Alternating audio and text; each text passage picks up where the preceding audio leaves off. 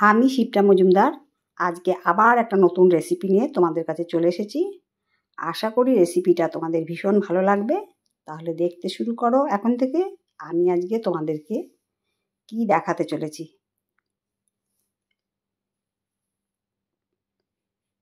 দেখো, এখানে বেশ কিছুটা ধনে পাতা নিয়েছি, আদা নিয়েছি, রসুন নিয়েছি 10-15 কোয়া, গোটা 8-10 কাঁচা লঙ্কা নিয়েছি, পুদিনা পাতা নিয়েছি আর একটা টমেটো নিয়ে নিয়েছি।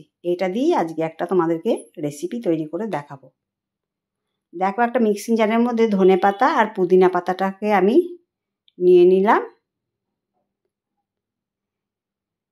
এবার কাঁচা লঙ্কাগুলোকেও দিয়ে দেবো। বাদ বাকি আদা রসুন সমস্তটাই তোমার এইখানে দিয়ে দেবো। আদা রসুনগুলোকে কুচো করে নিয়েছি, এটাকে একটা পেস্ট করে নেব।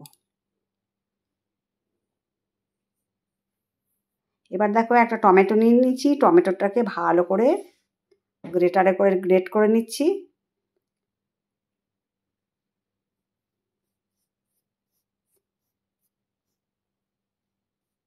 সুন্দর করে একটু গ্রেট করে নিতে হবে।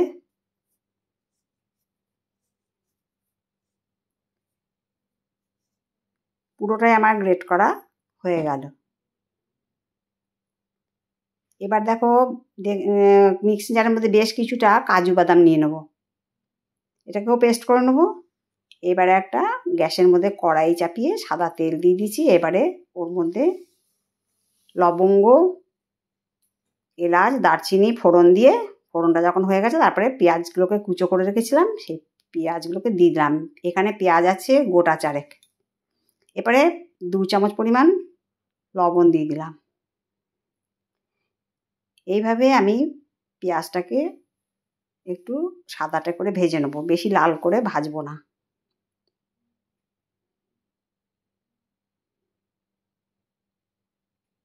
এরকম যখন পর্যায় হলো তখন আমি এখানে 750 গ্রাম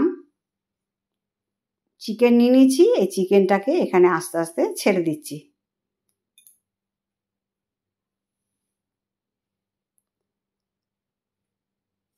এর মধ্যে কিন্তু আমি আর কোনো লঙ্কার গুঁড়ো বা হলুদের গুঁড়ো কোনো কিছু দেব না। কিছুক্ষণ এইভাবে নাড়াচাড়া করে নিচ্ছি ওপর নিচ করে।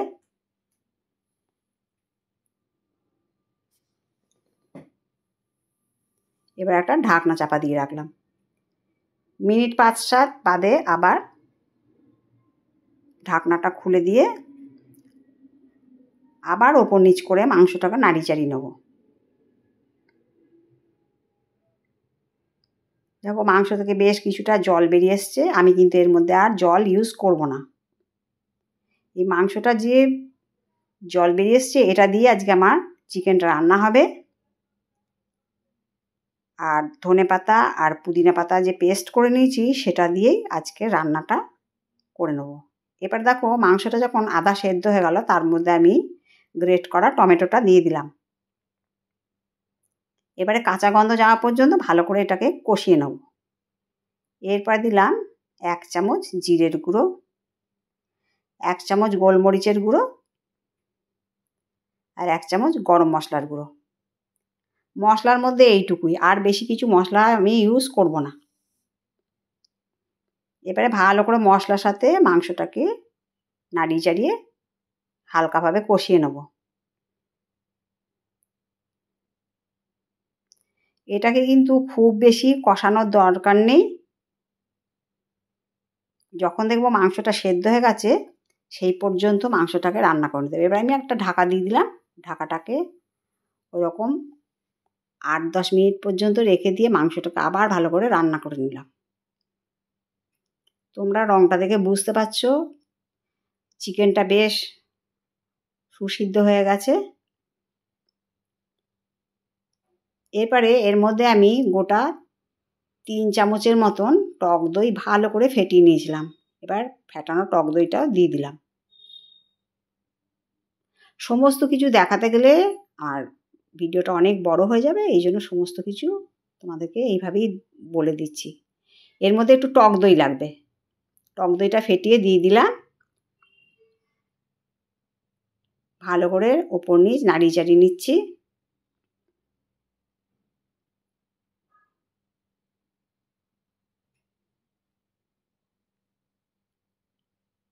এইভাবে আর একটুখানি সময় রান্না করব। আজকে আমি তোমাদের কাছে দেখাতে চলেছি ধনিয়া পুদিনা চিকেন কারি। এইভাবে তোমরা পরপর পর্যায় অনুপাতে দেখে নিও, তাহলে তোমরা কীভাবে রান্না করলাম সেটা বুঝতে পারবে। এরপরে যে ধনেপাতা, আদা, রসুন, পুদিনা পাতা আর কাঁচা লঙ্কা পেস্ট করে রেখেছিলাম সেটাও ঢেলে দিলাম। তোমরা দেখে বুঝতে পারছো অনেকটাই জল বেরিয়ে এসছে মাংসটা থেকে। দই দেওয়ার পরে আমি কিন্তু এর মধ্যে আর কোনো রকম জল ব্যবহার করব না।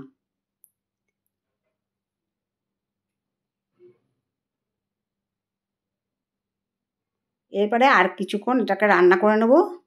আশা করি তোমাদের এই রেসিপিটা ভীষণ ভালো লাগবে। যদি ভালো লাগে লাইক, শেয়ার, কমেন্ট আর সাবস্ক্রাইব করে আমার চ্যানেলের পাশে থাকার জন্য অনুরোধ করলাম। এরপরে দেখো ওই কাজু বাদামগুলো পেস্ট করে নিয়েছিলাম, কাজু বাদাম পেস্টটাকেও দিয়ে দিলাম এর মধ্যে। ভালো করে মাংসের সাথে নাড়িয়ে চাড়িয়ে নেব।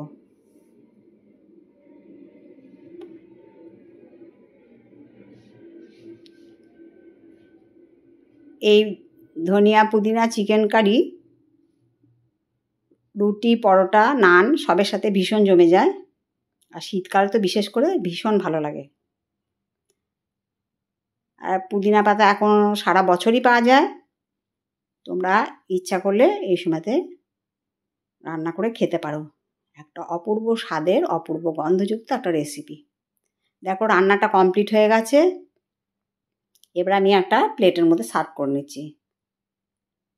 আর আমার যত কাছের দূরের বন্ধু আছো, তোমরা আমার প্রাণ ভরা ভালোবাসা নিও। তোমাদের সুন্দর সুন্দর কমেন্টসের মাধ্যমে জানিও ধনিয়া পুদিনা চিকেন কারিটা আজকে তোমাদের কেমন লাগলো। আমার রান্নাটা কমপ্লিট হয়ে গেছে, একটু তোমাদেরকে দেখিয়ে দিলাম। একটু পুদিনা পাতা আর ধনে পাতা ডেকোরেশন করে দিয়েছি।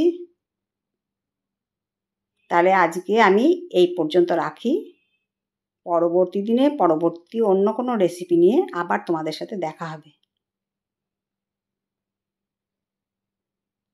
দেখো কত সুন্দর দেখতে লাগছে।